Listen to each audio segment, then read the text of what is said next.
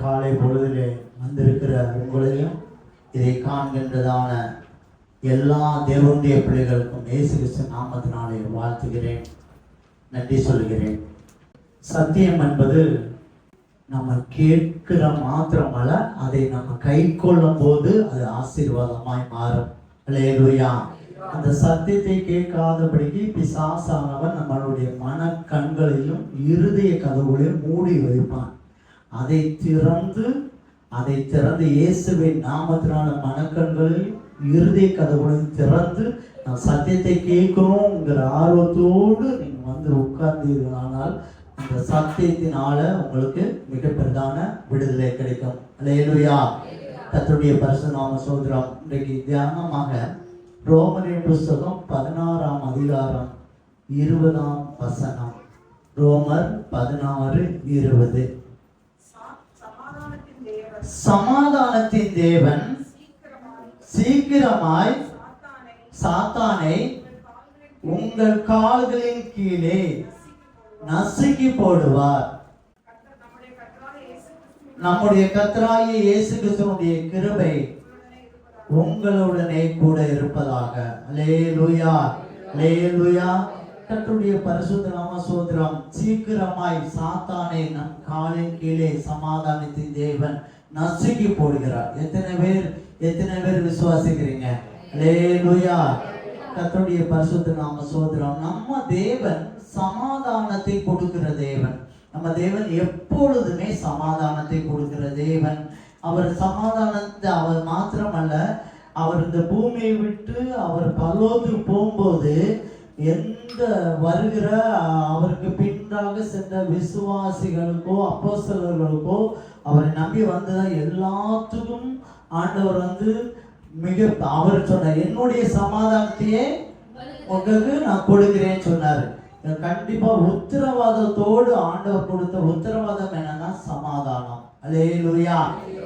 என்னை நம்பி வந்திருக்கிற உங்களுக்கு கண்டிப்பா ஒரு வீடு கிடைக்கும், கண்டிப்பா ஒரு காடு கிடைக்கும், கண்டிப்பா பல லட்சம் ரூபாய் கிடைக்கும் அப்படின்னு சொல்லி ஆண்டவர் சொல்லவே இல்லை.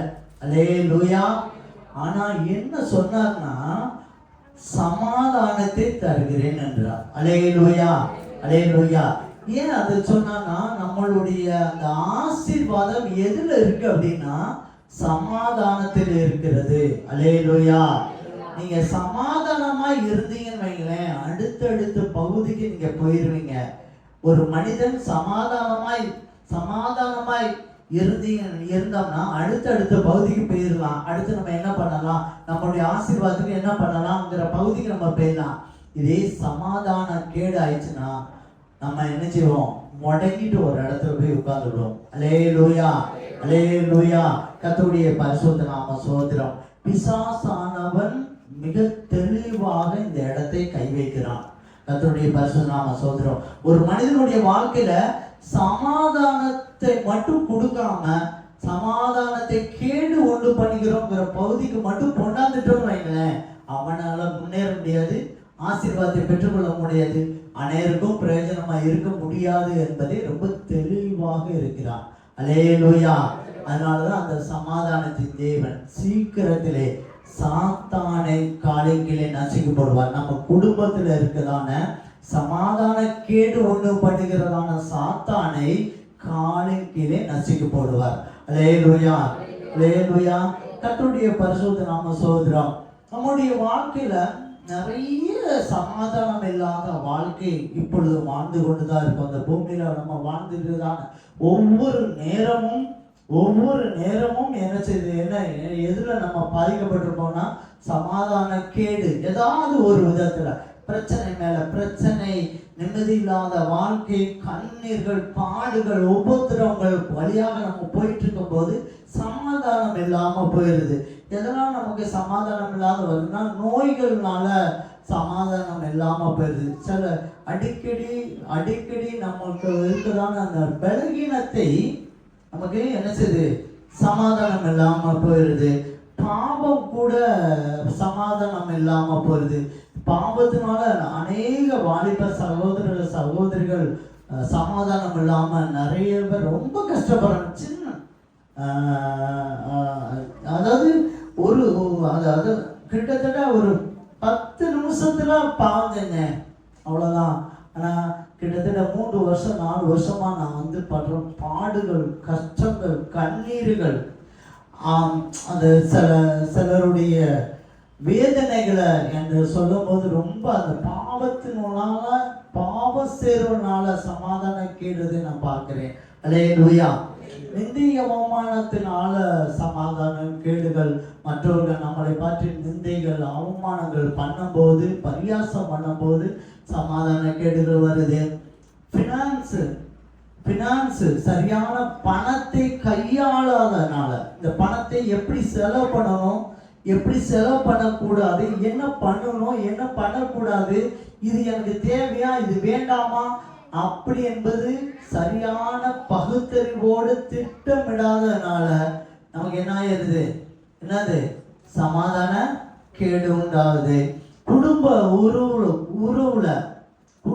உறவுல சமாதான கேடு. ஒருத்தர் சொல்றது ஒருத்தர் கேட்கறது கிடையாது. அது என்ன சொல்றாங்க, நல்லது சொல்றாங்களா கெட்ட சொல்றாங்களா அப்படிங்கிறதே கிடையாது.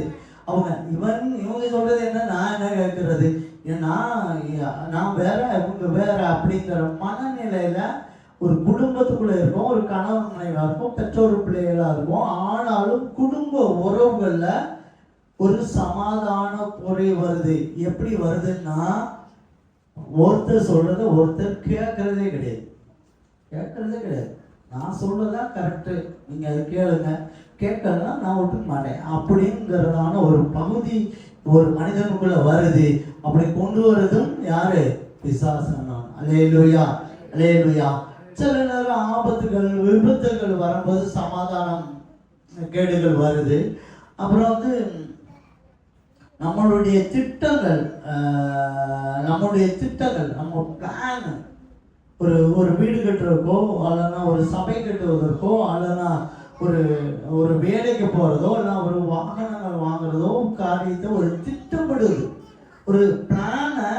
அந்த பிளான் செயல்படுத்தலை அப்படின்னா, செயல் பண்ண முடியல அப்படின்னு சொன்னா உடனே சமாதான கேடு வந்தது. அல்லேலூயா, அல்லேலூயா.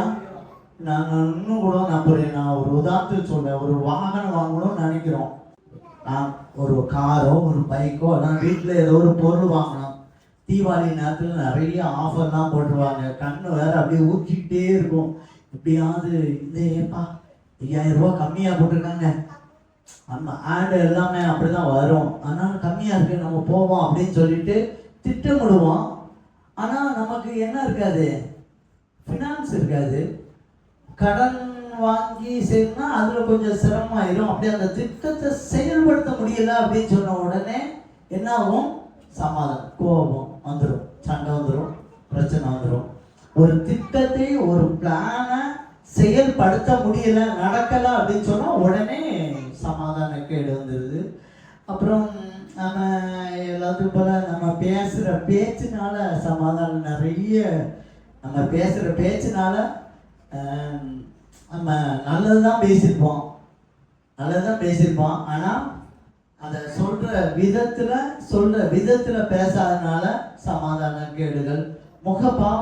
முகபாவங்கள்னால என்ன செய்யுது, சில நேரம் சமாதான கேடுகள் வந்தது. நம்ம கண்ணுனால சமாதான கேடு வருது. கண்ணு மோசமானது. கண்ணு ஒரு நாள் சத்தியத்தை எடுக்கணும்னு வச்சிருக்கேன். இந்த உருட்டுற கண்ணு இருக்கு பாருங்க, கண்ணு மோசமானது. அந்த கண்ணுனால சமாதான கேடு வருது.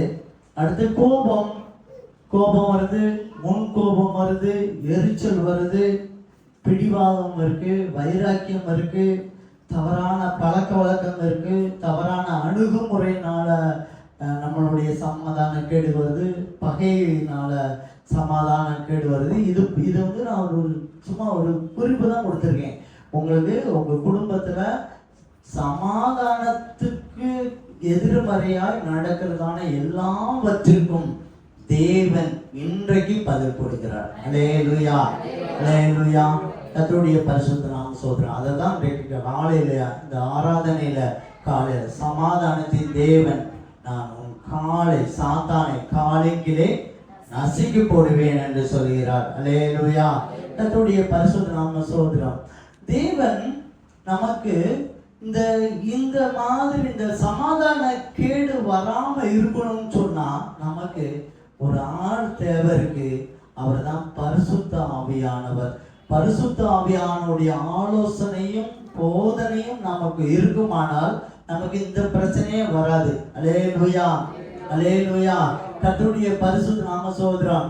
பரிசுத்த ஆவியானுடைய ஆலோசனையும் அவர் போதிக்கும் போது, இந்த இடத்துல நீ போகாத, இதை செய்யாத, இதை பேசாத, இது நடக்காத, இப்படி பண்ணாத அப்படிங்கிறதான ஒரு போதனையை நம்ம கேட்காததுனால, அந்த வார்த்தையை நம்ம கேட்காதனால தான் இவ்வளவு பிரச்சனை வருது. ஆனா பரிசுத்த ஆவியானவர் ரொம்ப தெளிவாக நமக்கு தெளிவான ஆலோசனை தருகிறார். அல்லேலூயா, அல்லேலூயா. பரிசுத்த ஆவியானவரை பற்றி ஒரு பெரியான ஒரு விளக்கத்தை நம்ம சொல்லிட்டு நம்ம இந்த விஷயத்துக்கு நான் வந்துடுறேன். பரிசுத்த ஆவியானவர் எப்போதுமே இயேசு கிறிஸ்துவை சொந்த இரட்சகரா, நீங்க தான் அப்பா இயேசு, நீங்க தான் எனக்கு எல்லாமே அப்படின்னு நீங்க என்னைக்கு நீங்க சொல்ல ஆரம்பிக்கீங்களோ அன்றைக்கே பரிசுத்த ஆவியானவர் நம்ம மத்தியிலே வந்துடுவார், நம்ம பக்கத்திலே வந்துடுவார். அல்லேலூயா, அல்லேலூயா. நீங்க யோவான் புஸ்தகம் 14ஆம் அதிகாரம் 16ஆம் வசனம்.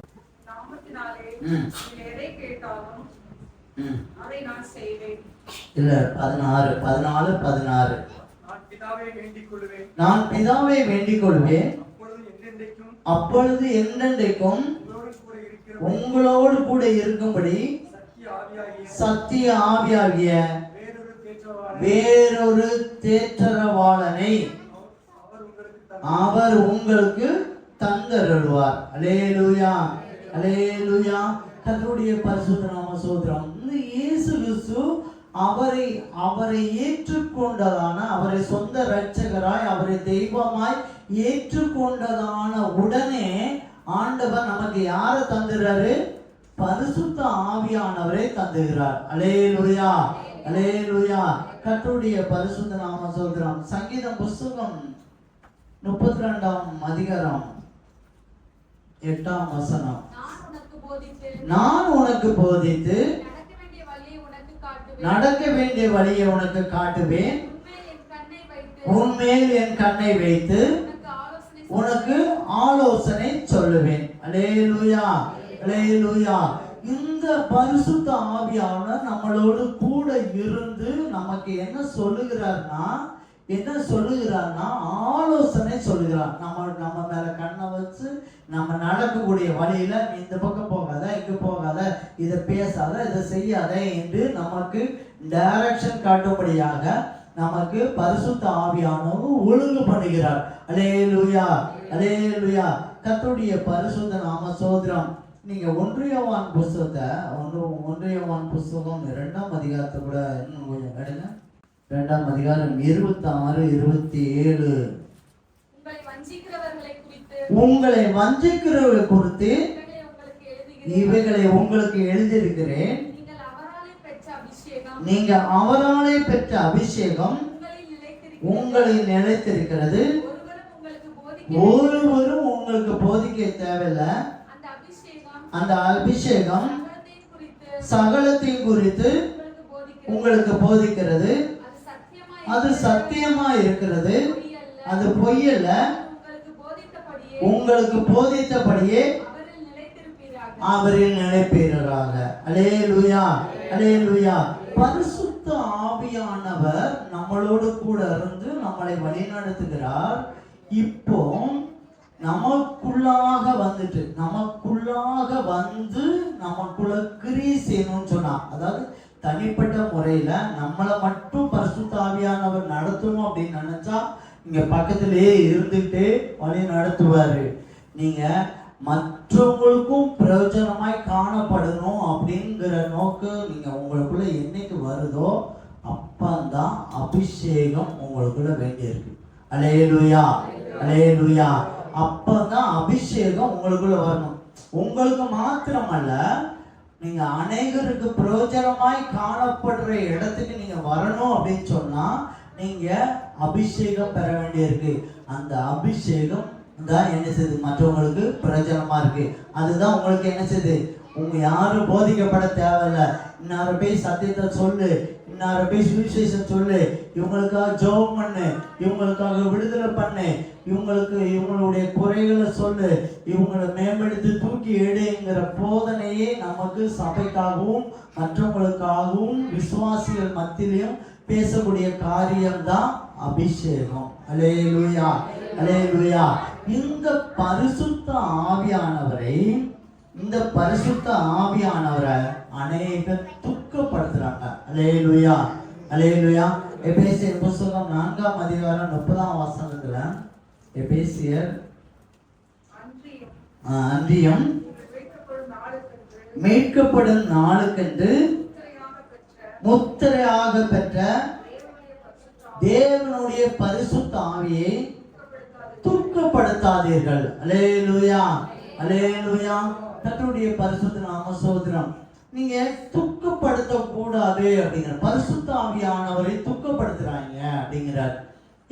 அததான் இயேசு கிறிஸ்து கூட சொல்றாரு, நீங்க நான் சொல்றத கூட நீங்க எனக்கு விரோதமா கூட நீங்க தூஷணம் பண்ணுங்க, நீங்க என்ன வேணா பேசிக்காங்க, ஆனா பரிசுத்த ஆவியானவர் மட்டும் தூஷணமா பேசாதீங்க, அது மன்னிக்கப்படாது அப்படிங்க. நீங்க மார்க்கு 3ஆம் அதிகாரம் 28-29 மார்க்கு 3ஆம் அதிகாரம்.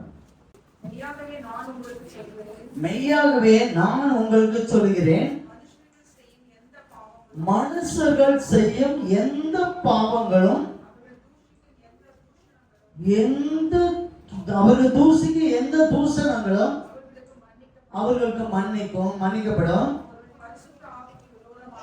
ஒருவன் பரிசுத்த ஆவிக்கு விரோதமாக தூஷணம் சொல்வானானால் அவன் என்றென்றைக்கும் மன்னிப்படையாமல் நித்திய ஆட்கணைக்குள்ளாக இருப்பான் என்று இயேசு கிறிஸ்து சொல்கிறார். அல்லேலூயா, அல்லேலூயா. அவர் என்ன சொல்ல வர்றாருன்னா, நான் பரலோகத்துக்கு நான் போயிட்டேன், உன்னை ஆளுகை செய்து கொண்டு உன்னோடு கூட வழி நடத்தி செய்யறது பரிசுத்த ஆவியான உன் கூடையே இருந்து வழி நடத்துறாரு. நீ அதை நல்லா புரிஞ்சுக்கோ. உன் கூட நீ மாத்திரமல்ல, உனக்கு பின்னால உன் கூடையே இருந்து பரிசுத்த ஆவியானவர் உனக்கு வழி நடத்துறாரு. அவர் உனக்கு புத்தி சொல்றாரு, உனக்கு நடக்க வேண்டிய இதை செய்யறாரு. நீ அவரை துக்கப்படுத்துறாத, தூஷணம் பண்ணிடாத, அசட்டை பண்ணிடாத அப்படின்னு ஆண்டவர் சொல்லுகிறார். அல்லேலூயா. நம்ம அப்படிலாம் நாங்க ஒண்ணுமே சொல்லியே, நாங்க எதுவுமே அப்படிலாம் ஒண்ணுமே சொல்லியே அப்படின்னு நம்ம நினைப்போம். ஆனா ஆண்டவர் சொல்றார் பாருங்க, நீங்க 107ஆம் சங்கீதம்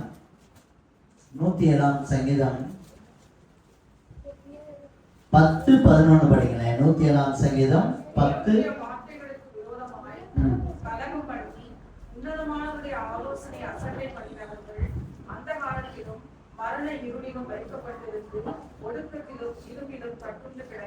அல்லேலூயா, அல்லேலூயா. என்ன சொல்ல வரேன்னா, உன்னதமானவருடைய ஆலோசனை அசட்டை பண்ணாங்க அப்படின்னு. அல்லேலூயா, அல்லேலூயா. நீங்க பரிசுத்த ஆவியானவருடைய வார்த்தையை கேட்கறது தான் இன்னைக்கு நீங்க வந்திருக்கீங்க. நானா பேசுறது வேற ஸ்கிரிப்ட் எடுப்பேன் நான். ஒவ்வொருத்தருடைய குறைகளை எடுத்து அழகா பேசி எடுத்துருவேன் நான். அப்படியெல்லாம் இல்லை. நான் பேசுவது பரிசுத்த ஆவியானவருடைய ஆலோசனை. இதற்காக நாங்கள் அநேக நாட்கள் உட்கார்ந்துருப்போம், பேசுவோம், யோசிப்போம், தியானிப்போம். இப்படியே தியானிச்சு கொண்டே இருப்போம். ஒவ்வொருடைய செயலையும் ஒவ்வொருடைய வார்த்தைகளையும் ஆண்டவரே நீங்க பேசுங்க அப்படின்னு சொல்லுவோம். இந்த ஆலோசனையை வாங்கி இப்போ ஒரு 3/4 மணி நேரமோ 40 நிமிஷமோ உங்களோடு கூட நாங்க பேசுகிறோம். அல்லேலூயா, அல்லேலூயா. கர்த்தருடைய பரிசுத்த நாம சொல்ற இந்த ஆலோசனையை அநேகர் என்ன செய்றாங்க? அசட்டை பண்ணாங்க. அல்லேலூயா. இப்பதான் கேள்வி கேட்க வேண்டி இருக்கு. அடுத்த போன வாரம் செய்தி என்ன?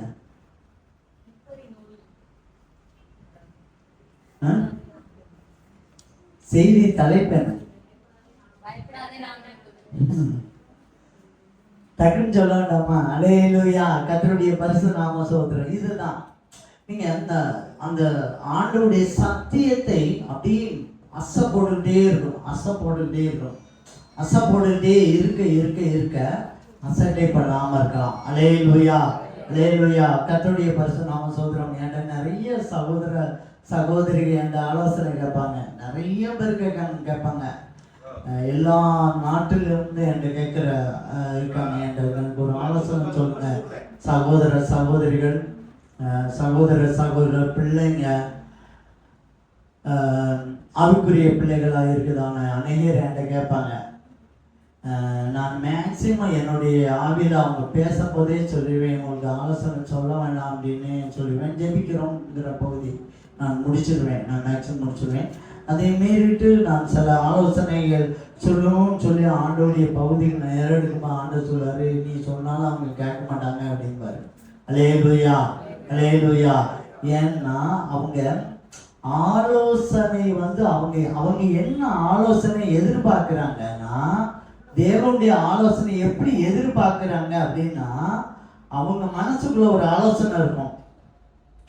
அந்த ஆலோசனைக்கு யார் சொல்றாங்களோ கிட்டத்தட்ட 100 ஊழியக்காரங்கனாலும் ஃபோன் பண்ணி கேட்பாங்க, கரெக்டா வராங்களா? அந்த மேட்ச் ஆச்சுன்னா ரைட்டு, இவர் சொல்லதான் கரெக்டு, இவர் தான் சத்தி, இவர் தான் ஆண்டவர் கூட இருக்காரு, வேற எல்லாரும் பொய்ன்னு சொல்லிட்டு போயிடுவாங்க. அல்லேலூயா, அல்லேலூயா.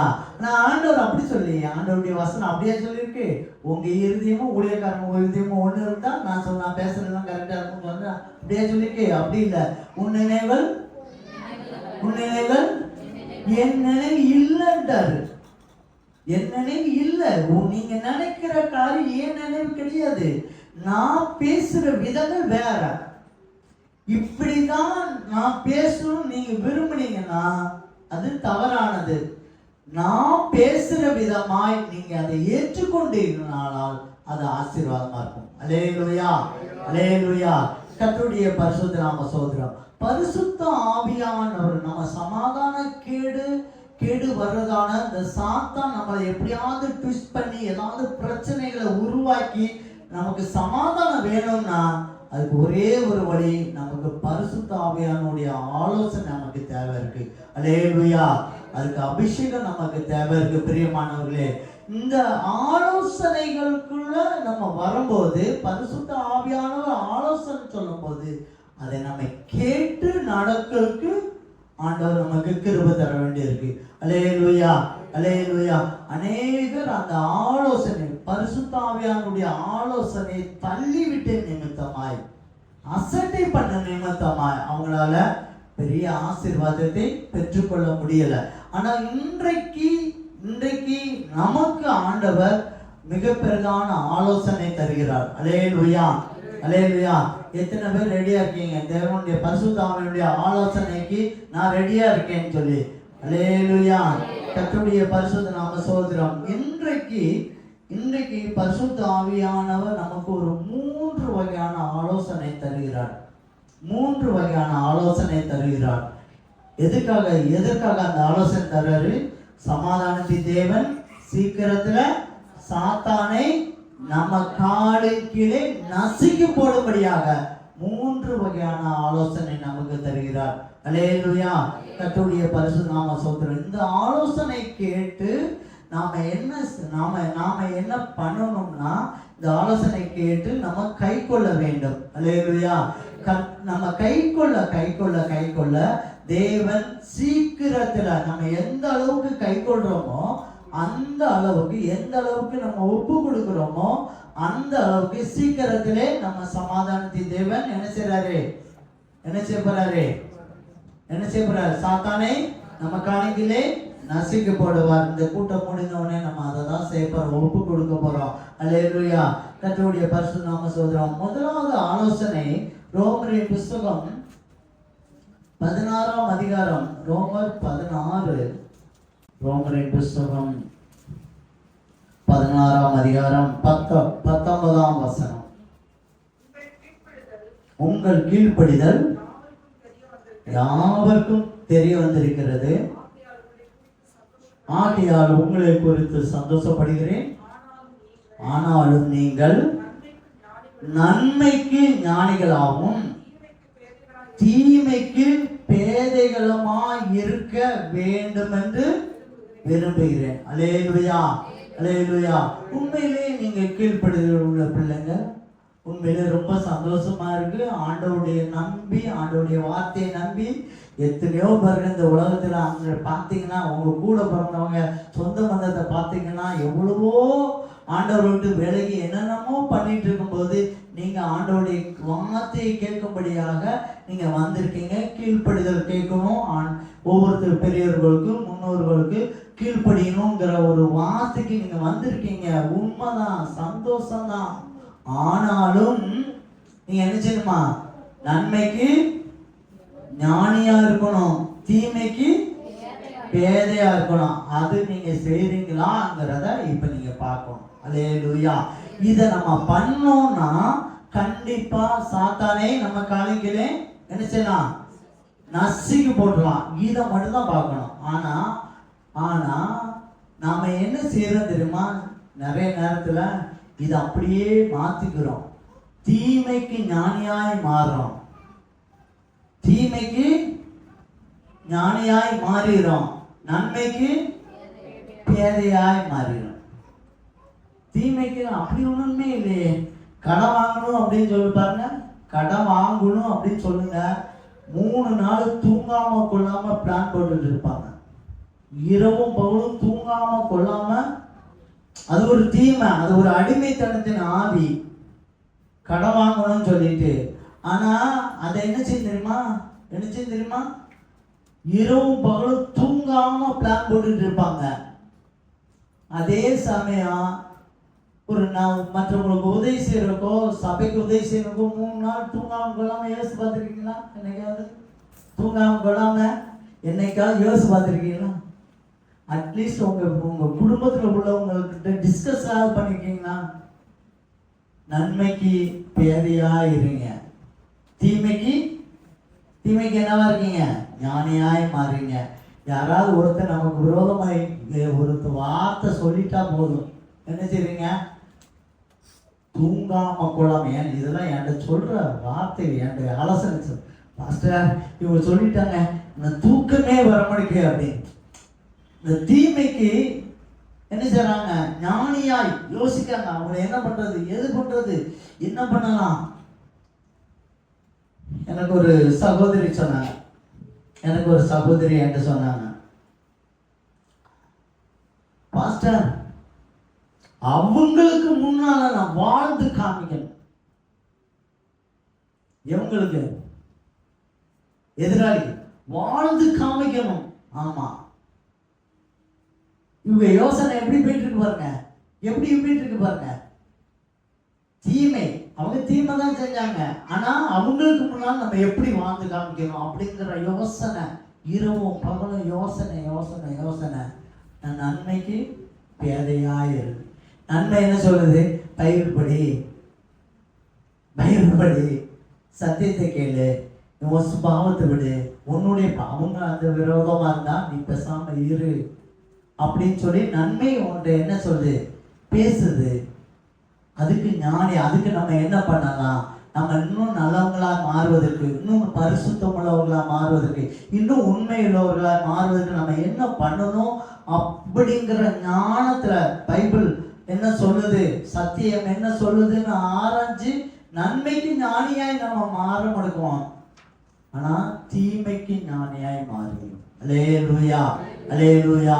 யோசித்து பாருங்க, யோசித்து பாருங்க. இதை நம்ம கைவிட்டு தீமைக்கு பேதையாகவும் நன்மைக்கு ஞானியாகவும், நல்ல செய்க்கும் நன்மைக்கும் ஞானியாய் மாறுங்க, ஞானியாய் மாறுங்க. ஒரு கெடுதல் கூட உங்க வாழ்க்கையில வரக்கூடாது. மற்றவங்க இன்னாரு இந்த இடத்துல இவங்க எனக்கு கெடுதல் செஞ்சாங்கங்கிற ஒரு வார்த்தை உங்களுக்கு வந்துடவே கூடாது. அல்லேலூயா. அது செய்யும் போது சாத்தானே என்ன செய்யலாம்? காலிங்களே நசிக்க போட பரிசுத்த ஆவியானவர் இன்றைக்கு ஒரு ஆலோசனை தருகிறார். இரண்டாவது ஆலோசனை சொல்றாரு பாருங்க. அதே 16ஆம் அதிகாரம், ரோமர் 15ஆம் அதிகாரம், ரோமர் 15ஆம் அதிகாரம் 32, 33. நீங்கள் தேவனை நோக்கி செய்யும் ஜெபங்களில் நான் போராடுவது போல நீங்களும் என்னோடு கூட போராட வேண்டும். நம்முடைய கர்த்தராகிய இயேசு கிறிஸ்து நிமித்தம், ஆவியானுடைய அன்பின் நிமித்தம் உங்களை வேண்டிக் கொள்கிறேன். சமாதானத்தின் தேவன் உங்கள் அனைவரோடு இருப்பாராக. அல்லேலூயா, அல்லேலூயா. கர்த்தருடைய பரிசுத்த நாம ஸ்தோத்திரம். இன்னைக்கு ஆண்டவர் இன்னொரு ஆலோசனை சொல்றாரு. இன்றைக்கு இன்னொரு ஆலோசனை சொல்றாரு. சமாதானத்தின் தேவன் சாத்தானை காலின் கீழே நசுக்கி போடும் சொன்னா பரிசுத்த பவுல் சொல்றாரு, நான் போராடுவது போல நீங்களே என்ன செய்யணும்? ஜெபத்துல போராட வேண்டும். அல்லேலூயா, அல்லேலூயா. நம்ம ஜெபம் தான். கண்ணீரின் ஜெபம் இருக்கு, மனதுருக்கம் ஜெபம் இருக்கு, அங்கலாய்ப்பின் ஜெபம் இருக்கு, எல்லாமே ஜெபம் தான். ஆனா பரிசுத்த பவுல் என்ன சொல்றாரு? சமாதானத்தின் தேவன் சாத்தானை காலின் கீழே நசுக்கி போடணும்னு சொன்னா அந்த ஜெபம் என்ன செய்யணும்னா போராடி ஜெபிக்க வேண்டியிருக்கு. அல்லேலூயா, அல்லேலூயா. நீங்க 2 கொரிந்தியர் புத்தகம் 10ஆம் அதிகாரம் 4ஆம் வசனத்துல கூட 3:4 கூட எடுங்க. 3:4. 2 கொரிந்தியர் 10:3-4. நாங்கள் மாம்சத்தில் நடக்கிறவர்களாய் இருந்தும், நாங்கள் மாம்சத்தின்படி போர் செய்கிறவர்கள் அல்ல, எங்களுடைய போர் ஆயுதங்கள் மாம்சத்துக்கு ஏற்றவர்களாய் இராமல் அரண்களை நிர்மூலமாக்குவதற்கு தேவ பலமுள்ளவர்களாய் இருக்கிறது. அல்லேலூயா. பரிசுத்த பவுல் ஜெபிக்கிற காரியத்துல ரொம்ப தெளிவா இருக்கிறார். மொத்தமா உட்கார்ந்துட்டு இது போட்டு குழப்பம் இல்லாம ஒரு காரியத்தை எடுக்கிறார். எனக்கு இந்த பிரச்சனை இருக்கு, இந்த பிரச்சனையே நான் இப்ப முடிக்கணும், இந்த பிரச்சனையை நான் முடிக்கணும், இதுலதான் எனக்கு மழையா இருக்கு, இதுதான் ரொம்ப மழையா இருக்கு, பர்வதமா இருக்கு, இந்த பர்வதத்தை இப்ப நிர்மூலமாக்கணும், இதுக்கு என்ன பண்ணணும் அப்படின்ட்டு தெரிந்து ஒரு ஜபாபியை வாங்கி கொண்டு அவர் போராடுகிறார். நீங்க இப்ப ஒரு கடன் இருக்குன்னு வைங்களேன், ஒரு கடன் இருக்கு, ஒரு கடன், அந்த கடனை தீர்ப்பதற்கு என்ன செய்யணுங்கிறதை ஆண்டவர்க்கெல்லாம் போராடி செய்யும். அந்த கடன் தான் உங்களுக்கு அரண், அப்படியே அரண், அதுதான் தடுக்குது, உங்களை ஆசீர்வாதத்தை தடுக்குது. அந்த தடையை போராடுவதற்கு என்ன செய்யணும்னு சொல்லி அவர் என்ன செய்றார்? போராடி ஜெபிக்கிறார். அல்லேலூயா, அல்லேலூயா. இது மாத்திரம் இல்ல, நிறைய உங்களுக்கு உங்க குடும்பத்துல ஆசீர்வாதத்துக்கு தடையாய் காணப்படுகிறதான அரண் என்னன்னு கண்டுபிடிச்சு, அது பிசாசின் போராட்டமா அல்லனா குடும்ப உறவுல உள்ள பிரச்சனையா என்ன விவரம்னு சொல்லி நீங்க கண்டுபிடிச்சு அந்த கண்டுபிடிச்ச அந்த அந்த அந்த பிரேயர் ரெக்வெஸ்ட நீங்க என்ன செய்யணும்? போராடி ஜெபிக்க வேண்டும். அல்லேலூயா. மாம்சத்தினால ஜெயிக்கணும்னு நினைச்சீங்கன்னா தோத்து போயிருவீங்க. அதான் சொல்றாரு, நீங்க மாம்சத்துல நீங்க ஜெயிக்கணும், நீங்க அதை பிளான் போட்டு அதை செய்ய முயற்சி பண்ணி பார்ப்போம், இதை பண்ணி பார்ப்போம், இப்படி பேசி பார்ப்போம் அப்படின்னு நினைச்சீங்கன்னா நீங்க தோத்துருவீங்க. நீங்க என்ன செய்யணும்? சமாதானத்தை தேவன் சாத்தானை கீழே நசுக்கணும்னு சொன்னா போராடி ஜெபிக்க வேண்டும். அல்லேலூயா, அல்லேலூயா. கர்த்தருடைய பரிசுத்த நாம ஸ்தோத்திரம். மூன்றாவது ஒரு காரியத்தை ஆண்டவர் பரிசுத்த ஆவியான நமக்கு ஒரு ஆலோசனை தருகிறார். இதே ரோமரின் புத்தகம் 12ஆம் அதிகாரம்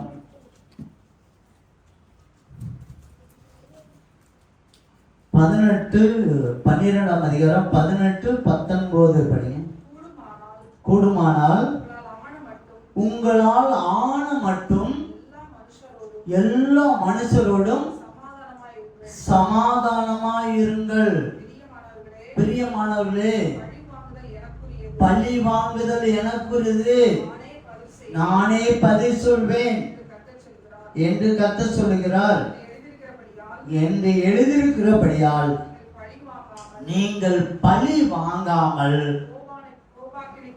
கோபாக்கினைக்கு இடம் கொடுங்கள். அல்லேலூயா, அல்லேலூயா. கர்த்தருடைய பரிசுத்த நாம ஸ்தோத்திரம். பிரியமான சகோதரனே, சகோதரியே, இதுலதான் நிறைய பேர் இதுலதான்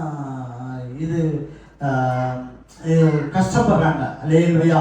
கூடுமான வரைக்கும் நம்ம என்ன செய்யணும்? யாவரும் கூட சமாதானமா இருக்க வேண்டும். என்ன நினைக்காங்கன்னு சொன்னா, இன்னைக்கு இவங்க பிடிக்கலன்னு சொன்னா ஒதுக்கி விட்டுட்டு விலகி ஓடதான் பாக்குறாங்க ஒழிய சமாதானத்தின் பகுதிக்கு அவங்க வர்றதே கிடையாது. அல்லேலூயா. எனக்கு இவங்க பிடிக்கலங்க, வேலை எனக்கு இந்த கம்பெனி எனக்கு பிடிக்கல, வேண்டாம். இந்த குடும்பத்தை எனக்கு பிடிக்கல, நான் வருவேன். இந்த நபர்கள் எனக்கு பிடிக்கல, நான் விளைக்கிறேன். அப்படி இந்த மாதிரி எது எனக்கு பிடிக்குதோ அதை நான் வெளியே நான் தூர தள்ளி வச்சுக்கிறேன். அப்படி என்பது சமாதானம் கிடையாது. அல்லேலூயா. என்ன சொல்றாருன்னா, உனக்கு பிடிச்சாலும் பிடிக்காட்டாலும் கூடுமான வரைக்கும் நீ என்ன செய்யணும்? சமாதானமாய் இருக்கணும். அப்படி சமாதானமா இருக்கும்னா நம்ம ஆவி, ஆத்மா, சரீரம், ரத்தத்துல, நரம்புல சமாதானம் சமாதானம் சமாதானம் சமாதானம் என்று நமக்கு வரும். சொல்லுவாங்கல்ல, அப்படியே ரத்தத்துல நரம்புல எது இருக்கு அப்படிம்பாங்கல்ல, வெறி நரம்புல வந்துட்டு இருக்கு அப்படி சொல்லுவாங்கல்ல. இதே மாதிரி நம்ம நரம்புல, ரத்தத்துல என்ன இருக்கணும்? தூங்கிட்டு இருக்கும்போது தட்டி எழுப்புனா கூட சமாதானம். இயேசு கிறிஸ்து பாருங்க, இந்த சீஷர்களுக்கெல்லாம் காட்சி அளிக்கும் போதெல்லாம் பார்த்தீங்கன்னா, உங்களுக்கு சமாதானம். யாராவது நீங்க ஒருத்தருக்கு பார்த்து அப்படி சொல்றீங்கன்னா உங்களுக்கு சமாதானம் இல்லை? யாராவது புதுசா வாரீங்க, உங்களுக்கு சமாதானம்னு சொல்லி யாராவது சொல்லிருக்கீங்களா? அல்லேலூயா. இயேசு சொன்னாருங்க, உண்மையிலே சொன்னாரு. நீங்க மத்தேயு, மார்க்கு, லூக்கா, யோவான் படிச்சு பார்த்தீங்கன்னா, சீஷர்களுக்கு காட்சி அளிக்கும் போதெல்லாம் உங்களுக்கு சமாதானம் சமாதானம் சமாதானம். நான் அதாவது என்ன அர்த்தம்னா, எப்போதுமே சமாதானம் சமாதானம் சமாதானம். அப்படி நம்ம உடம்புல, ரத்தத்துல, ஆவில, ஆத்மல சமாதான கேடு லேசா ஒரு பிரச்சனை என்னைய வச்சு ஒரு சமாதான கேடு வந்ததுன்னா உடனே அதை தூர எடுக்கணுங்கிறதுக்கான ஒரு பகுதிக்கு நம்ம வந்துட்டோம்னு வைங்களேன், கொஞ்ச காலகட்டத்துல நம்ம சமாதானமாய் மாறிடலாம். அல்லேலூயா. இருதயத்துல சமாதானம் வந்துடும், சிந்தனையில சமாதானம் வந்துடும், நம்ம பேசுற பேச்சுல சமாதானம் வந்துடும், நம்ம நடக்கிற சமாதானம் வந்துடும், எல்லா விதத்திலும் சமாதானம். அதனாலதான் மத்தேயு சுவிசேஷத்துல 5ஆம் அதிகாரத்துல தேவன் அந்த மலை பிரசங்கத்துல சொல்றாரு பாருங்க, 5:9 கூட சொல்றாரு, சமாதானம் பண்ணுகிறவர்கள் பாக்கியவான்கள், அவர்கள் தேவனுடைய புத்திரர் என்னப்படுவார்கள். அல்லேலூயா. சமாதானம் பண்ணுகிறவர்கள் பாக்கியவான்கள். நீங்க எப்போதுமே சமாதானம் பண்ணுகிறவர்களாய் காணப்பட வேண்டும். அல்லேலூயா. ஒரு சின்ன பிரச்சனை குடும்பத்துல, அந்த நேரத்துல குடும்பத்துல நாமளே சமாதான கேடு ஒண்ணு பண்ணாம அந்த குடும்பத்துல அந்த பிரச்சனையை தீர்க்கும்படியாக நம்ம என்ன செய்யணும்? சமாதானம் பண்ணுகிறவர்களாய் காணப்பட வேண்டும். நம்மளே அதுல ஒரு பிரச்சனையா மாறக்கூடாது. அல்லேலூயா, அல்லேலூயா. குடும்பத்துல 4 பேர் இருக்கீங்க, 4 பேர்ல ஒருத்தர் ஒரு பிரச்சனை வருது. ஆனா அந்த இடத்துல நாமளே ஒருத்தருக்கு ஒருத்தர் பேசி சமாதான பிரிவை உண்டாக்க கூடாது. மாறாக சமாதானம் உண்டு பண்ணுகிறவர்களாய் காணப்பட வேண்டும். அல்லேலூயா. நீங்க அப்படி மனசுக்குள்ள நீங்க வர வர வர சமாதானம் பண்ணணும், சமாதானம் பண்ணணும், சமாதானம் பண்ணணும் நீங்க அதை அப்படி நினைக்க நினைக்க நினைக்க நிச்சயமா நம்ம உடம்புல என்ன இருக்கும்? சமாதானமா இருக்கும். அல்லேலூயா. யாவரோடு கூட சமாதானம். ஒரு வசனம் கூட இருக்கு, ஒரு வசனம் கூட இருக்கு, நீங்க எடுக்க வேண்டாம். விடுதலை பண்ணுங்கள், அப்பொழுது விடுதலை பண்ணப்படுவீர்கள். அல்லேலூயா. அல்லேலூயா. எடுத்துட்டீங்களா? லூக்கால இருக்கு. சரி, விடுதலை பண்ணுங்கள். நீங்க அதனுடைய கான்செப்ட் என்னன்னா, எடுத்துட்டீங்களா? படிங்க. 5:37 6:37 லூக்கா. மற்றவர்களை குற்றவாளி என்று தீர்க்காதீர்கள், அப்பொழுது நீங்களும் குற்றவாளி என்று தீர்க்கப்படாதிருப்பீர்கள். மற்றவர்களை ஆக்கினைக்குள்ளாக தீர்க்காதீர்கள், நீங்களும் ஆக்கினைக்குள்ளாக தீர்க்கப்படாதிருப்பீர்கள். விடுதலை பண்ணுங்கள், அப்பொழுது நீங்களும் விடுதலை பண்ணப்படுவீர்கள். அல்லேலூயா. நீங்க சமாதானம் பண்ணுங்கள், நீங்களும் சமாதானத்தை பெற்றுக் கொள்ளுவீர்கள். அல்லேலூயா. அல்லேலூயா. புரியுதா? நீங்க சமாதானம் பண்ணுங்க, முயற்சி பண்ணுங்க, முடிஞ்ச அளவுக்கு சமாதானம் பண்ணி பாருங்க. நீங்களும் உங்க இறுதி ஆவி ஆத்மா சரீரத்துல சமாதானத்தை பெற்றுக்கொள்ளுங்க.